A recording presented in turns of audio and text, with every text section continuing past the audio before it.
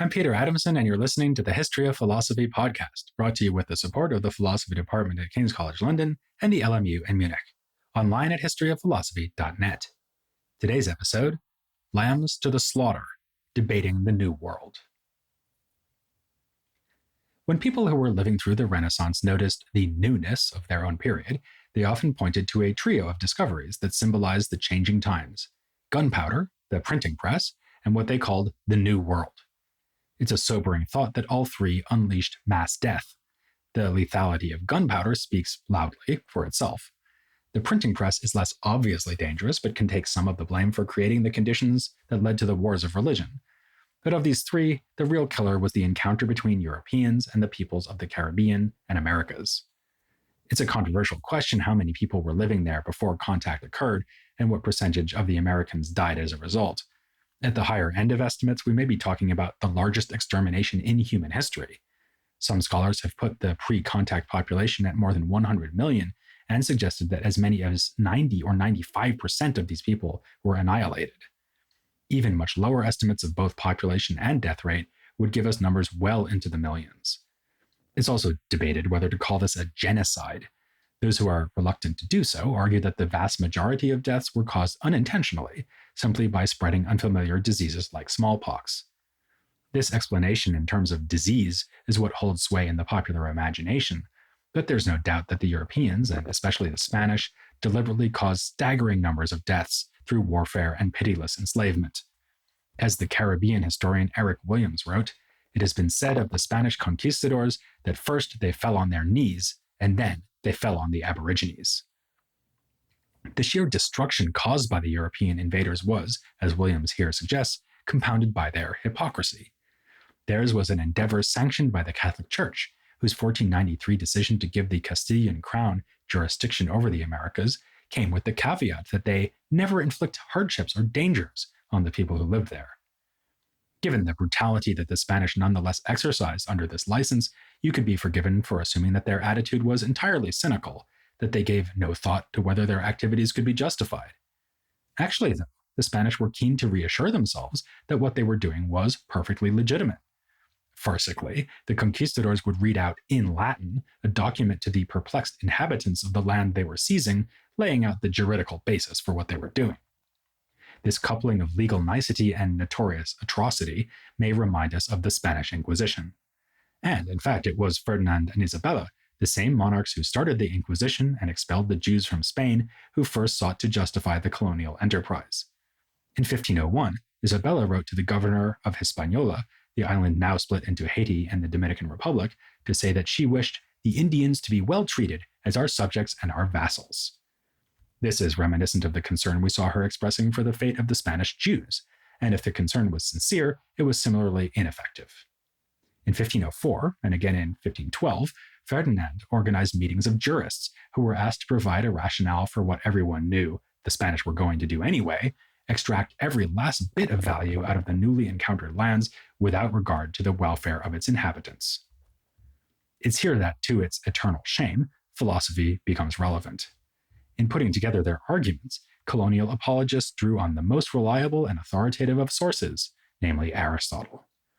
When writing the first book of his Politics, he had been in the similar situation of wanting to give a rational explanation for something we nowadays find inexcusable, namely slavery. If you're feeling charitable, the idea he came up with can be read as an attempt to restrict or even reform the practice.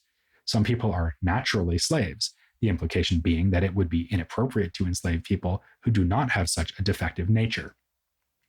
Natural slaves lack independent rational control and cannot achieve happiness, the true goal of human life, so they in fact benefit from having a master to take charge of them, exerting from outside the sort of discipline and reasonable choices that they cannot manage on their own. Of course, the master benefits too, since the arrangement lets him get use out of the slave, who, in Aristotle's terms, functions as a kind of living tool. One can also find in Aristotle the notion that whole peoples are slavish. He goes so far as to suggest that all non-Greeks, or barbarians, are natural slaves, perhaps because of the unfavorable climate in which they live. This would resonate with something that Plato says in his Republic, namely that it is wrong for Greeks to enslave other Greeks, better for them to go after the barbarians. Reports about the indigenous Americans brought back by European explorers suggested to some intellectuals that these peoples fell squarely into the category of Aristotle's natural slaves and barbarians. Thus, the Scottish scholastic John Mayer, whom we met in episode 430, wrote that these people live like beasts, and this has now been demonstrated by experience, wherefore the first person to conquer them justly rules over them, because they are by nature slaves. Juan López de Palacios Rubios gave similar advice to the Spanish crown in 1413. The idolatry and hedonism of the Amerindians justified their subjugation. Another Spanish jurist, Juan de Matienzo, speculated that in their lack of rationality, the native peoples were no different from the animals, for they are ruled by their passions. For them there is no tomorrow, and they are content that they have enough to eat and drink for a week. But then the conquistadors reached Mexico and Peru and started sending home astonished descriptions of the great cities they found there, polities that weren't so unlike the city-states described by Plato and Aristotle. These were people with laws, commerce, a writing system, and elaborate religious beliefs. No fair-minded observer could still believe that the indigenous people were tantamount to animals, though, as we'll see shortly, at least one observer who was not so fair-minded managed to believe it nevertheless. Someone who took the evidence seriously was Francisco de Vitoria, a Dominican who will be pivotal in later episodes when we get to the so-called School of Salamanca and the renewal of scholastic philosophy in the Iberian Peninsula. Vitoria was, among other things, a profound legal thinker and revisited the status of the Native Americans from this perspective. Though he had studied with students of John Mayer at Paris, Vitoria found it hard to agree with Mayer that these people were all natural slaves in light of the more recent accounts of their sophisticated culture, what he called the rational order in their affairs. On the other hand, to deny that European Christians had legitimate authority in the Americas would be of great detriment to the Spanish princes, and is thus unacceptable to us. Vitoria concluded, therefore, that the indigenous people were fully rational, but had the misfortune to inhabit defective societies. This explained why they engaged in such notorious practices as cannibalism, sodomy, and human sacrifice. The existence of such customs in the Americas showed that its people were unable fully to grasp the requirements of the natural law, whose principles should be inscribed in all humans and give them guidance in moral and political affairs. Even without the benefit of Christian revelation, these people should have known better than to eat each other and sacrifice one another to gods. They might be able to build cities, but they did not know how to treat their fellow humans. Vitoria reasoned that when it came to such things, the indigenous were not unlike grown children who needed guidance from the morally superior Spanish. And yes, you can go ahead and enjoy the irony here.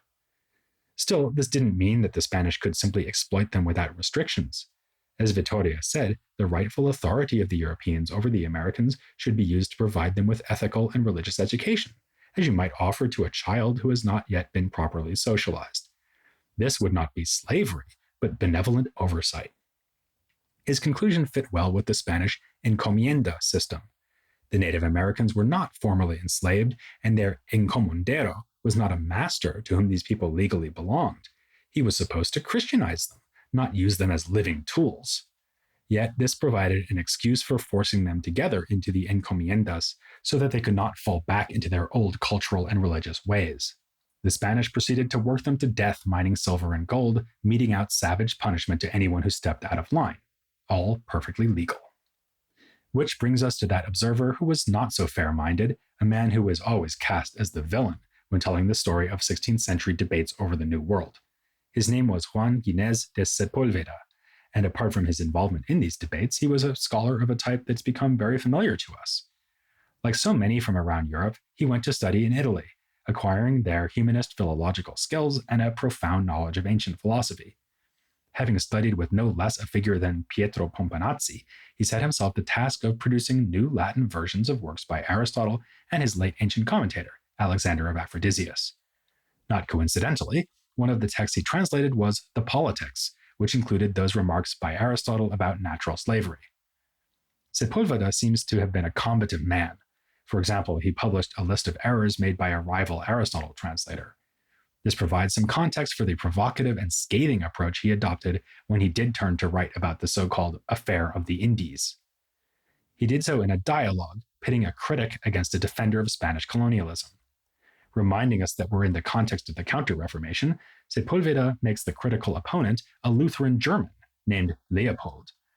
Arguing on behalf of the Spanish is Democritus, who spares no effort in describing the Amerindians as base and animalistic creatures in whom hardly a vestige of humanity remains. More favorable reports from Mesoamerica have done nothing to convince Sepúlveda otherwise. Yes, the people there build cities, but so do bees build their hives and spiders their webs. Abominations like cannibalism and human sacrifice show that they are indeed naturally slaves, as does their cowardice, something shown by the paltry defense put up against the conquistadors by Montezuma. Indeed, the Europeans' treatment of these people was not turning them into slaves. Rather, they were already slaves by nature before the Europeans turned up, and the Spanish were just treating them as such. The Amerindians had no right to resist this treatment since it was entirely just. For, Sepúlveda writes, those whose natural condition is such that they must obey others, if they refuse that lordship and there is no other recourse, may be subdued by arms, and this war is just, according to the opinion of the most eminent philosophers. Despite the allusion to Aristotle, he's doing more here than just reiterating the natural slavery defense. He's adding, in more medieval terminology, that the Native Americans' lowly condition licenses a just war against them, a war that will ultimately be to their benefit. Even once they are defeated, they should perpetually remain under European domination, for what greater benefit and advantage could befall those barbarians than their submission to rule of those who, with their prudence, virtue, and religion, have converted them from barbarians and barely men into humans and civilized men to the extent that they can be. The outstanding virtues of the Spanish in particular makes them the best choice to undertake this task. Notice that even so extreme a figure as Sepúlveda was still concerned to find a legal and even moral rationale for the colonial enterprise. He was able to invoke precedent using medieval concepts that had been developed in the context of the Crusades. As already established then, non-Christian peoples do have property rights and can have legitimate political arrangements, but Christians may under certain circumstances wage war against them, as when the infidels violate the natural law. While Sepúlveda's conclusions were not that different from those reached by others who had written on the topic, his radical tone made the dialogue seem needlessly provocative. So when he applied for a royal license to publish it, there were misgivings. A panel was convened to consider the matter, with the judges including another important Spanish scholastic thinker, Domingo de Soto. The event was held at Valladolid in 1550, with Sepúlveda offering a short and somewhat toned-down defense of his position. The scholar chosen to rebut him did so at great length, going on for several days. Soto said the opponent seemed to be trying to refute not just Sepúlveda's dialogue, but everything he had ever written, and with some success in that the result of the panel was inconclusive, meaning that Sepúlveda did not get his license. As for the indefatigable critic, he is the man always cast as the hero of this story, Bartholomé de las Casas. Born in Seville in 1484, he had traveled to Santo Domingo in what is now Haiti in 1502. Still on that side of the Atlantic, he experienced a road to Damascus moment in 1511, when he saw his fellow Dominican friar, Antonio Montesino, give a speech excoriating the Spaniards for their mistreatment of the Native Americans. "Are these not humans?" demanded Montesino. "Do they not have rational souls? Are you not obliged to love them as yourselves?" According to de las Casas, the Europeans present were stunned. Some were furious, others were incorrigible, some were saddened, but as far as I could tell, none were converted. Apart, that is, from de las Casas himself. He gave up his slaves and returned with Montesino to Spain, where he embarked on a relentless campaign to convince the authorities to crack down on the violent excesses of the conquistadors. While he wrote a number of works in this vein, the most frequently read, thanks to its relative and uncharacteristic brevity, is his short account of the destruction of the Indies. He's no less biting in his attacks on the Spanish colonialists than Sepúlveda was in his portrayal of the so-called Indians. For de las Casas, it is the conquistadors who are the real barbarians and savages, as shown by the elaborate and merciless tortures they have inflicted on the native peoples, which are itemized in detail in the short account, dividing the evidence by geographical region. De las Casas emphasizes that, having been there, he can provide first-person testimony about these crimes, from roasting men alive to cutting off limbs just for the fun of it. By contrast, the natives are docile lambs, physically delicate and naturally virtuous rather than naturally slavish, given to asceticism, almost like the desert fathers of Christian antiquity. The proof is that they have never raised a hand against the Europeans, unless sorely provoked, and are ripe for speedy conversion to Christianity given their inborn gentleness and respect for the divine. De las Casas excuses human sacrifice as an admittedly misguided attempt to express this innate sentiment. We consider, he wrote, that the Indians are truly men, and that they are not only capable of understanding the Catholic faith, but, according to our information, they desire exceedingly to receive it. Unfortunately, the missionary efforts of the Spanish have been at best half-hearted and undermined by their own greed. De las Casas tells with bitter relish a story about one indigenous leader who solemnly explained to his people that the god worshipped by the Christians is gold. And implicitly confirming that the colonialists did indeed see their unfortunate victims as beastly, he remarks of one encomiendo that he was no more interested in the indoctrination and salvation of the Indians than if they were sticks and stones or cats and dogs, and that in his experience there had been in general no more effort to bring Christianity to these people than there was to teach the faith to the mares and horses and other beasts of the field. His conclusions, which he would have also put forward against Sepúlveda at Valladolid, were unambiguous. As he put it in another work, The Apologetic History, the Native Americans were fully capable of governing themselves and of living like men of good intelligence, and more than others, well-ordered, sensible, prudent, and rational. Like Vitoria and Sepúlveda, he based himself on legal principles here. In this case, he emphasized the principle that what touches all must be approved by all. The Spanish could exercise dominion over the Americans only if the Americans agreed, and even the Pope could not unilaterally grant authority over this foreign land. So in short, you can see why De las Casas has been widely celebrated. He seems a one-man refutation of the relativist notion that people in earlier times were operating in a different moral universe, making it impossible for us to judge them for their endorsement of such barbarities as slavery and the encomienda system. After all, here was someone who already in the middle of the 16th century was saying more or less what a modern observer might say if transported to Valladolid and asked to give their opinion on the matter. Nor was he alone, by the way. Remember that we saw Montaigne, in his ironically entitled essay On Cannibals, similarly adopting a perspective sympathetic to the Amerindians. So it does seem fair to ask, if Montaigne and De las Casas managed such moral clarity, what was wrong with their contemporaries? But of course, De las Casas was no time traveler, and a closer look turns up some more problematic attitudes on his part. His uniformly favorable portrayal of the Indians as meek and virtuous lambs is the exact reverse of Sepúlveda's portrayal of them as debauched and irrational, which sounds good until we notice that he could not conceive of variation in individual ethical character amongst the so-called Indians any more than Sepúlveda could. Rather, both of them saw these people as a morally homogeneous group, and this despite an appreciation of other kinds of variation, for example in the languages they speak. So it's been observed that De las Casas was engaging in racialist, though not racist, thinking. Furthermore, we should not overlook his central emphasis on the Christianization of the indigenous peoples. Lambs need a shepherd after all, and De las Casas saw the Amerindians primarily as a flock awaiting religious instruction. Revealing here is the contrast he draws between this case and that of the Muslims. Because the latter group have been exposed to Christianity and explicitly rejected it, they are enemies of the faith and subject to warfare from the European Christian powers. That logic wouldn't apply in the Americas, at least not yet. But one wonders what De las Casas would have said if, after a generation or two, he found that the peoples of the New World were still adhering to their old ways and traditional religious beliefs. As one scholar has said, pointing to this aspect of De las Casas' position, he tolerated the Indians because he believed they would assimilate. The case of De las Casas illustrates, then, the balance we need to strike in reading historical texts that deal with troubling and still contentious issues like colonialism and slavery. On the one hand, we want to adopt a critical approach. On the other, we don't want to fall into outright anachronism. This balance certainly allows for the application of concepts and analytical tools that have emerged much more recently in the history of philosophy, and that's what I want to do next time. An emerging subdiscipline of philosophy that we have not explicitly touched on in the podcast so far is philosophy of disability.